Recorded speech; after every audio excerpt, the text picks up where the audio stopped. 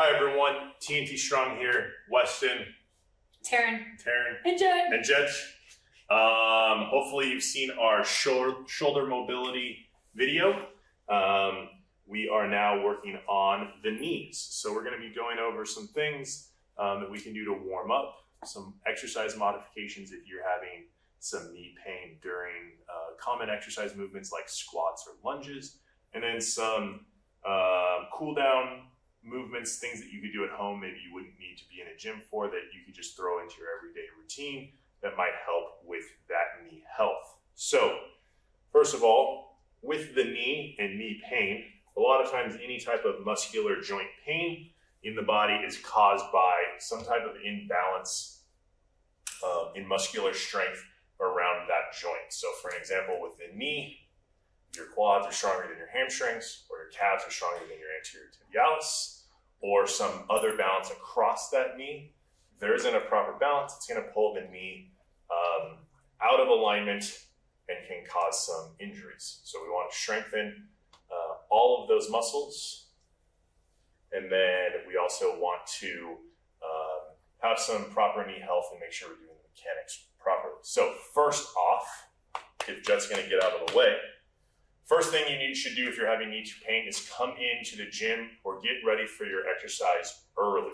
Warm up, and warming up does not mean going straight into a run. If we're going outside for a run, going for a light jog first isn't necessarily a great warm up.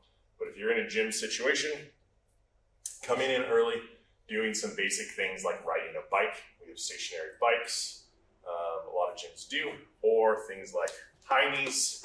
Start to get that heart rate up, start to get the knees moving. We can also go into butt kicks. And then one of the other things specifically for knees, because that's just general good practice before a warm-up workout, would be walking backwards.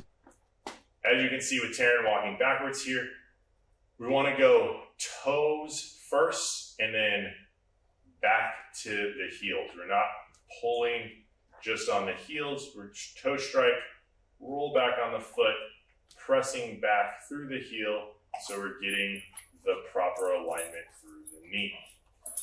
All right, so up next, we're gonna go through, and Taryn's gonna demonstrate a couple of things you can do for exercise modifications. So if we're in a situation in the gym, and we need to be doing squats or lunges, but there's a little bit of pain or maybe weakness through the knee joint that day, here are some things that we can do in place of those exercises that are causing issues to hopefully strengthen those joints and muscles and get you into a healthier, more athletic position.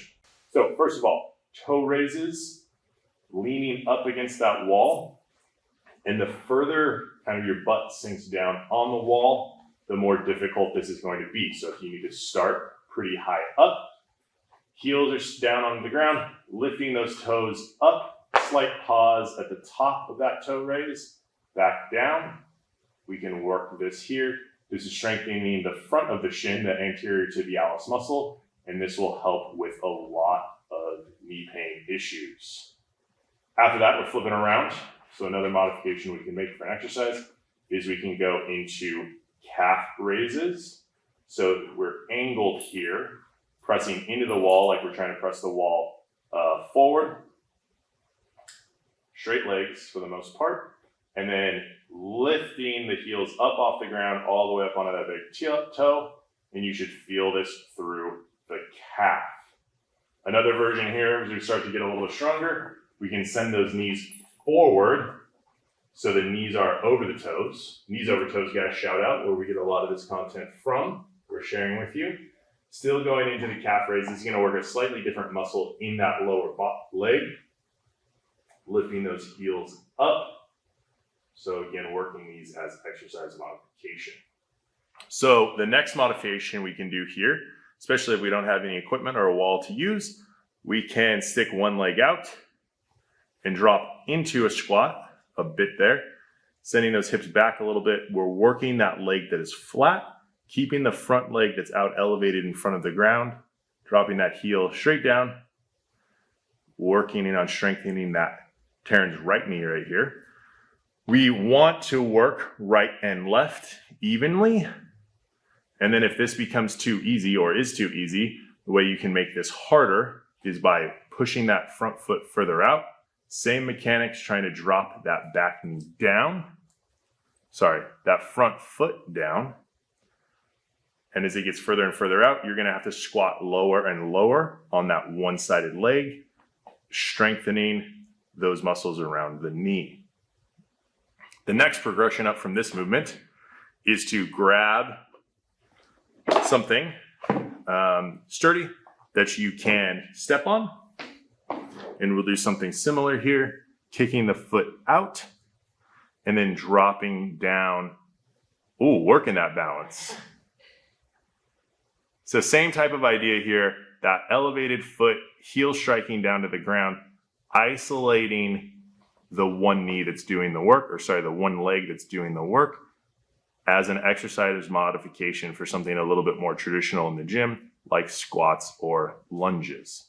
From here, we can make this slightly harder by either increasing the height that we're stepping down off of, but there are limits here. We're not going to be doing this off of we won't be doing this off of like a 36-inch box. So anything much higher than about what Taryn's on now, say 6 to 8 inches, is about the max that we're gonna be doing this movement off of. The other way, once you feel very strong and solid in this movement with a little extra height, we can add some weight. So if Taryn grabs some dumbbells or possibly even a barbell over the back, we're still dropping down. And the one thing we're not doing here is combining those last two movements that we've seen. We're not reaching the foot really, really far out and elevating it. We're doing one or the other. But this is where you want to be at, and you can add some weight to this movement. Okay, so after we've practiced these, done these for a while, knee is starting to feel a little bit better. We can go back to our squats. One of the easiest modifications, especially in our gym, you can grab a pair of plates, and these are going to be all over the place, especially if we're doing something like squats. You can put those heels up on the plates, toes are still on the ground, and now we can go into squats. This elevated heel lift is going to help with the ankle mobility and should allow you to drop a bit deeper into your squat. Very similar to if you had lifting shoes on, creating this heel to toe drop, helping with the mobility. All right, one of the next modifications we can do is the knees over toes split squat. So we did not come up with this. Credit to knees over toes guy. One of the things we can do here is almost like a lunge, but as we drop down and forward, we're pushing that knee out over the toe and then driving back and up. So slow and controlled here, especially if you're new to this movement. We're not rushing any of these. We have a couple different versions of this. Taryn's showing this here. A lot of people might not have the strength or mobility through the knees, hips, and ankle to get this done. Thanks, bud. Go. Jet's celebrating. One of the things we can make that easier is elevate the front foot. Okay, so a modification for this movement to make it slightly easier is to lift the front foot. And the more we lift the front foot, the easier it will be. So if this 3 to 4 inch lift that Taryn is using now is not enough, you can lift even more. Still trying to drop down while pushing the knee forward, slow and controlled, and always working evenly right and left, strengthening both knee joints. If we want to make this harder, we can add weight. So you can add dumbbells or a barbell or plates in your hand. Nice and set, pressing that knee forward. There we go. All right, one of the other movements is a reverse sled pull. We talked about walking backwards already. You can also walk backwards up a hill. You can walk backwards on a treadmill that's dead and turned off. In the beach, in the sand.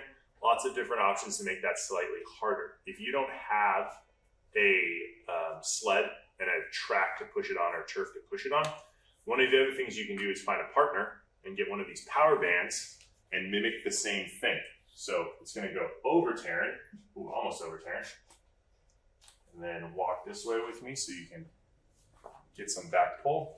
And then I'm gonna give Taryn some resistance, and she's gonna walk backwards. With this, as well as the sled pull, we want enough resistance where Taryn feels like she's doing work, but also not so much resistance that she can't get her knees over her toes. So on the sled, if it was so heavy that I had to be leaned all the way back like this to pull, it's too heavy. The goal here isn't necessarily to go heavier and heavier on the reverse sled pull or the partner banded pull.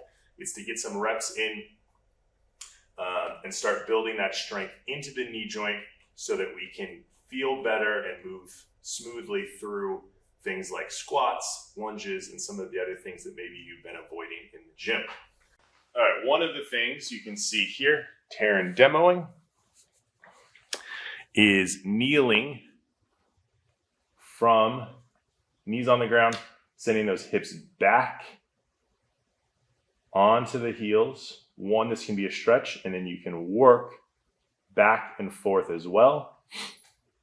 And for most of us, including me, getting those hips all the way back, those butts touching the heel, is much harder than it looks. I remember being able to do this as a kid and not able to do it anymore. So this is one of the things you can do